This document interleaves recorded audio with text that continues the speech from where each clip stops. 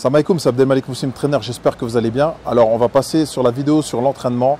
Alors comme j'ai pu dire auparavant, il est possible de s'entraîner pendant la période du Ramadan et pendant la période du jeûne et je vais vous apporter les preuves que c'est largement possible.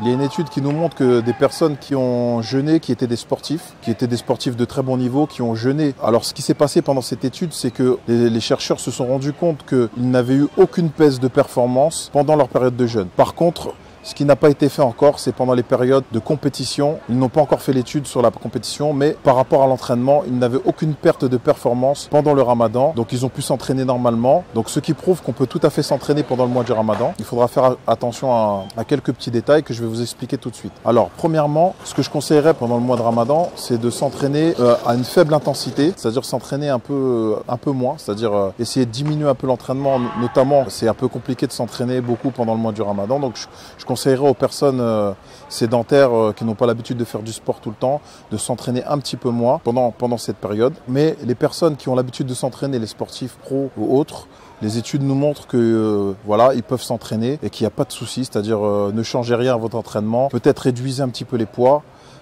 pour éviter les blessures ou autres, mais normalement il n'y a aucun risque de s'entraîner normalement pour ces personnes-là pendant la période du Ramadan. De toute façon, c'est des personnes qui savent gérer leur entraînement, donc il n'y aura pas de souci.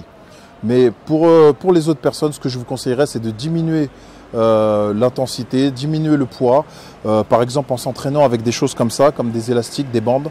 Donc c'est facile à trouver dans le marché, ce sont des bandes élastiques que vous accrochez derrière une porte ou autre, c'est-à-dire que vous tirez, enfin vous pouvez faire le biceps avec, vous pouvez tirer, il y a plein de vidéos sur internet sur l'entraînement avec les bandes. Donc c'est un entraînement que vous pouvez faire pendant la période de jeûne, ça va vous permettre de plus ou moins vous entraîner, avoir une activité et rester en bonne santé. Alors aussi il y a d'autres études qui nous montrent qu'on peut s'entraîner pendant la période du Ramadan et aussi, comme je l'ai dit précédemment, pour les personnes en surpoids, les femmes en surpoids et les personnes ayant une intolérance aux glucides, faire une petite activité sportive pendant le mois de Ramadan a été prouvé que c'était très positif et ça leur permet de tenir le jeûne plus facilement, d'avoir une activité sportive.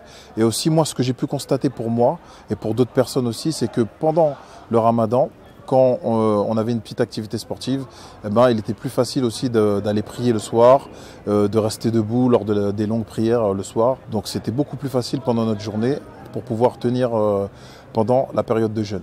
Alors ce que je vous conseillerais au niveau du timing de l'entraînement, c'est de s'entraîner par exemple après le phtor, mais pas tout de suite après, peut-être 2-3 heures après, enfin quelques heures après. Si vous voulez, quand vous allez manger le phtor, des fois vous avez tendance à être fatigué, un petit peu être un peu fatigué. Donc ce que je ferais, c'est que ce que je vous conseillerais, c'est de manger après le phtor, peut-être quelques heures après, histoire d'avoir des nutriments dans le corps et de manger aussi légèrement avant de vous entraîner, de faire un mini repas, c'est-à-dire de manger un petit quelque chose avec des protéines et un peu de glucides et un peu de lipides, enfin un petit repas complet juste avant de faire votre séance d'entraînement. Alors ce que je vous conseillerais, c'est d'avoir vos 8 heures de sommeil complet, donc comme ça vous permettra de récupérer votre séance. Donc en fait, j'espère que cette série de vidéos vous a plu, partagez-la autour de vous, abonnez-vous à la chaîne Jana TV si ce n'est pas encore fait, abonnez-vous à la chaîne Muslim Trainer si ce n'est pas encore fait, vous allez la voir dans la description ou après la vidéo. Donc j'espère que ça vous a plu, partagez autour de vous et je vous dis à bientôt Inch'Allah.